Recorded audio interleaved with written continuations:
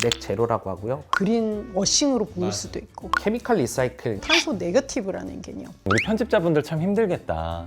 왜냐하면 용어가 진짜 어려운 게 많아요. 네, 안녕하세요. 대담의 이영준입니다. 요새 기후 가열화 시대라고 하는데 이렇게 많이 더워졌을 때 아마 언론지상에서 넷제로란 얘기 한번 들어보셨죠? 저도 많이 듣긴 했는데 사실 이게 어떤 의미인지도 모르겠고 좀 헷갈리더라고요. 그래서 오늘은 우리가 이 분야의 굉장한 전문가분들을 모시고 넷제로는 무엇이고 또 기업들은 어떤 노력을 하고 있는지 우리가 한번 살펴보면 좋을 것 같습니다. 먼저 ESG 분야에서 구루라고 평가받는 분입니다. UNGC의 한국협회 이은경 실장님과 LG화학은 넷제로에 대해 그냥 하지 않습니다. 넷제로 추진팀을 만들어서 하고 있다고 하는데요. 추진팀의 유혁근 책임님을 모시고 한번 이야기 나눠보도록 하겠습니다. 두 분 들어와 주세요. 반갑습니다. 반갑습니다. 네, 앉으시죠. 오늘 비도 오는데 이렇게 먼 길 와주셔서 감사합니다. 네, 초대해 주셔서 감사합니다. 감사합니다.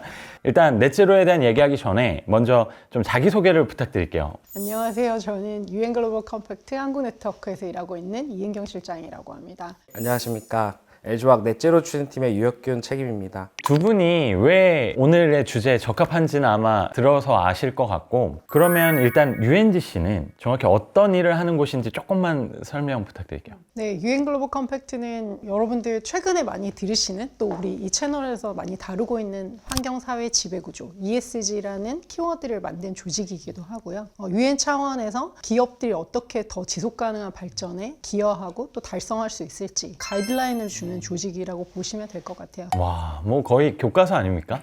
그 다음은 이제 LG화학의 넷제로 추진팀인데요. 넷제로 추진팀에서는 어떤 일들을 하고 있죠? 넷제로라고 하면은 우리가 가지고 있는 목표의 시점에 탄소는 정말 불가피하게 어느 정도의 양은 배출하게 되는데 이 부분을 상쇄를 통해서 순 배출량을 제로로 만드는 것을 넷제로라고 하고요. 일단 LG화학은 2030년 그리고 2050년에 탄소 중립과 관련된 목표를 가지고 있습니다. 네. 그렇다 보니 이 목표를 달성함에 있어서 부족하거나 어려운 것들이 어떤 것이 있는지 검토하는 것은 물론이고 사업장이나 온실가스 감축에 있어서 기술적인 어려움이 어떤 것인지 현장에서의 소통도 있고요. 그리고 이것이 다시 의사결정자들에게 다시 전해져서 어떻게 하면 더 비용 효율적으로 또는 우리 회사가 더 나은 방향으로 나아갈 수 있을지 같이 고민하고 이것들을 의사결정 받는데 지원하는 조직이라고 보시면 될 것 같습니다. 와, 여기도 교과서네요. 양쪽이 교과서인데 이런 대단한 분들 모시고 제가 또 이야기를 나눌 텐데, 그러면 이 넷제로에서는 기업이 왜 중요한 거예요? 다들 이해하시겠지만 사실은 지금 온실가스 배출, 탄소 배출에서 절대적으로 기업들이 배출량이 많고 영향력이 크기 때문에 일종의 네거티브 임팩트가 굉장히 큰 집단 중에 하나죠. 분석하기로는 석탄 화력 쪽에 이제 기업들이 거의 전 세계 온실가스 배출량의 80% 정도 된다고 보고 있거든요. 그런 부분들을 해결하기 위해서는 산업계가 절대적으로 큰 영향력을 미치기 때문에 기업의 노력과 동참 없이는 이 문제를 해결할 수 없습니다. 그래서 우리 LG화학처럼 또 이렇게 하시는 기업들이 너무 중요하고 필요한 거죠. 뭐 우리 자랑 같아서 그렇지만 LG화학이 또 업계 탑 아니겠습니까? 네.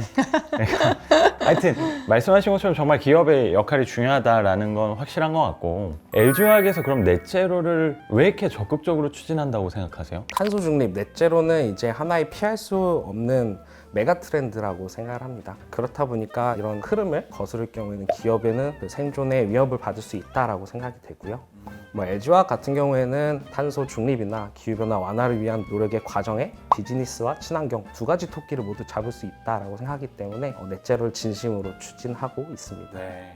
이렇게 이제 기업의 얘기를 들었는데 실장님이 보실 때는 이런 생존 전략이 국내 기업이랑 글로벌 기업에서 회자되고 있나요? 사실은 금융시장이 움직여야지 기업이 또 움직이잖아요. 투자라든지 여러 생태계를 만들기 위해서는 규제 당국과 등등 많은 이해관계자들이 함께 참여를 해야지만 그게 가능한데, 그런 측면에서 환경, 사회 지배구조라는 이슈들을 기업들이 잘 해결해 나갈 때만 건강한 또 시장이 만들어지고 사회가 만들어지기 때문에 ESG라는 키워드를 만들어졌는데, ESG 이슈 중에서도 환경에서는 절대적으로 저희가 탄소 감축, 넷제로 이슈가 굉장히 큰 이슈고 기업들이 그 문제를 해결하지 않으면 이제 시장에서 고객이라든지 투자자들한테 외면을 받는다거나 규제 시장에서 여러 어려움을 겪는다거나 무역 장벽으로도 갈 수 있는 가능성이 굉장히 높아지고 있기 때문에 우리 기업들도 말씀하신 대로 더욱더 생존 전략으로 이 ESG가 떠오르게 된 거죠. 소비자들은 어떤 것 같아요? 소비자들은 정말 기업의 ESG에 관심이 있고 그 기업의 어떤 제품을 살 때 고려를 하는 것 같아요.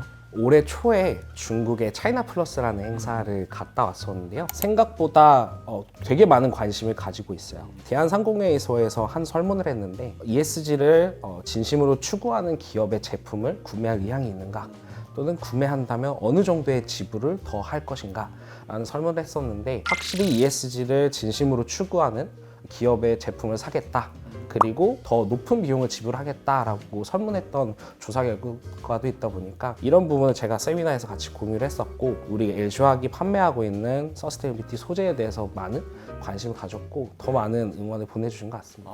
직접 겪으신 거니까 이건 거짓말은 아닐 거고 LG화학이 하는 진심이 어느 정도는 전해지는 것 같다는 희망적인 생각을 하게 되고요. LG화학은 그러면 넷제로를 위해서 다양한 노력을 할 텐데 어떤 노력들을 하는지 구체적으로 좀 설명하실 수 있을까요? LG화학은 일단 2020년에 국내 기업 최초로 2050년 탄소중립 성장이라는 목표를 발표를 했습니다.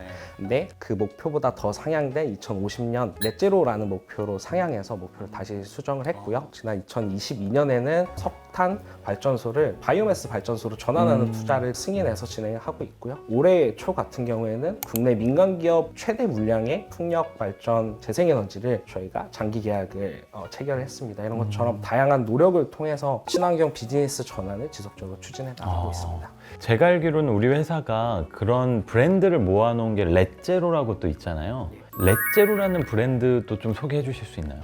렛제로란 브랜드는 자연 상태에서 자연적으로 생분해되는 소재들, 또는 기계적 재활용이나 화학적 재활용을 통해서 플라스틱 폐기물들을 다시 원료로 재활용할 수 있는 이런 기술들을 활용을 해서 저희들이 최종 플라스틱 제품을 만드는 활동들의 브랜드명이 통칭 렛제로라고 보시면 될 것 같아요.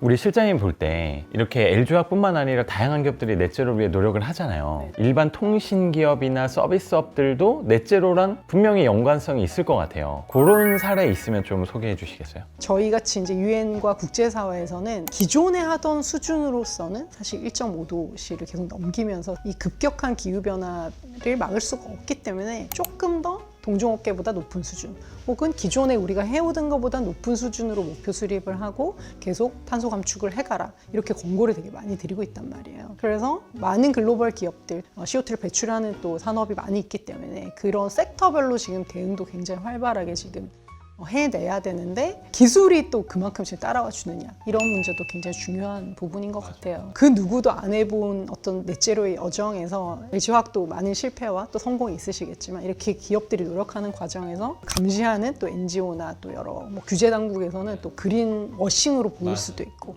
그래서 이제 이런 문제들도 계속 생겨나고 있기 때문에 기업이 지금 처해져 있는 환경이 그렇게 녹록치가 않은 것 같아요. 한 기업이나 한 주체의 문제라기보다는 다 같이 사실 지금 지혜가 많이 필요한 상황인 것 같습니다. 기업 혼자 한다고 해서 또 국가별로 생각이 다를 수도 있고, 그래서 참 어려운 문제지만 분명히 해결해야 되는 그런 이슈라는 생각이 들었고, 듣던 중에 계속 걸리는 숫자가 2050이에요. 왜 굳이 2050으로 했을까? 혹시 그거에 대해서 답을 주실 수 있을까요? 유엔에서 지금 탄소 감축 관련해서 대전제는 과학 기반의 접근입니다. 글로벌 과학자들이 모여서 2050년까지 탄소 중립이 일어나지 않으면 1.5도 이상이 넘어가고 엄청난 기후재앙이 일어날 수 있기 때문에 우리가 2050년까지는 좀 이런 목표를 가지고 움직이자. 그래서 국가에도 권고를 하는 거고, 기업들에게도 계속 넷제로를 유도하는 여러 가지 정책적 노력을 하도록 계획을 세운 거죠. 그렇지만 2050년 너무 멀기 때문에 그 중간에 우리가 2030년이나 또 마일드스톤, 그 중간 계획 목표들이 항상 필요한 겁니다. 그래서 2030년까지 우리가 생각하는 목표들을 얼마나 달성할지 모르겠는데 그래도 자꾸 선언하고 목표 세우고 이래야 노력을 하게 되니까 그렇죠. 굉장히 중요한 포인트인 것 같고, 우리가 이제 2050 넷제로, 2030 여러 얘기를 했잖아요. 거기서 나왔던 단어 중에 1.5도가 있었어요. 왜 1.5도일까요? 기후변화에 조금 관심이 있는 분들이라면 1.5도에 대해서 들어보셨을 것 같아요. 1.5도는 2100년까지 지구 평균 온도 상승 폭을 1.5도씨 이내로 억제한다라는 의미에서 사용을 하는데요. IPCC 1.5도씨 보고서에 의하면은 2050년까지 탄소 중립을 달성하는 게 중요하다라고 얘기를 하고 있어요. 그렇다면 왜 1.5도씨냐? 1.5도씨보다 2도씨일 때 해수면 상승으로 인한 피해를 받는 인구가 1,000만 명 늘어나게 되고요. 생태계에서 서식지를 잃게 되는 동식물들이 2배 이상 늘게 돼요. 그리고 1.5도씨일 때는 산호초가 70에서 90% 소멸할 수 있는데 2도씨일 경우에는 99% 이상이 소멸할 수 있는 위기에 처하기 없어지는 때문에 거예요? 맞습니다. 와. 1.5도씨가 작아 보이는 숫자일 수 있지만 네. 생태 환경에 미치는 영향은 크다고 볼 수 있습니다. 또 L조학에서는 CSR 프로젝트 중에 해양 생태계를 보존하는 프로젝트가 있거든요. 그래서 이제 산호에 대한 관심도 좀 있는데 1.5도씨가 뭐 70%, 뭐 90%까지 그리고 2도씨면은 99%가 없어진다고 하니까 이거는 우리가 진짜 좀 심각하게 받아들여야 되지 않을까 싶고요. 근데 오늘 제가 두 분 얘기를 들으면서 느낀 건 우리 편집자분들 참 힘들겠다. 왜냐하면 용어가 진짜 어려운 게 많아요. 그러니까 다 주석을 달아주셔야 되거든요. 그러니까 좀 힘드셔도 웃으면서 좀 해주시길 부탁드릴게요. 오늘 어쨌든 넷제로에 대해서 우리가 잘 몰랐던 내용들을 좀 깊이 있게 알 수 있어서 좋았고 실장님과 책임님이 평소에 경험했던 내용들을 바탕으로 얘기를 나눌 수 있어서 굉장히 의미가 있었던 것 같습니다. 2부에서는 글로벌 트렌드에 대해서 좀 더 자세하게 이야기 나눠보겠습니다. 그럼 다 같이 안녕!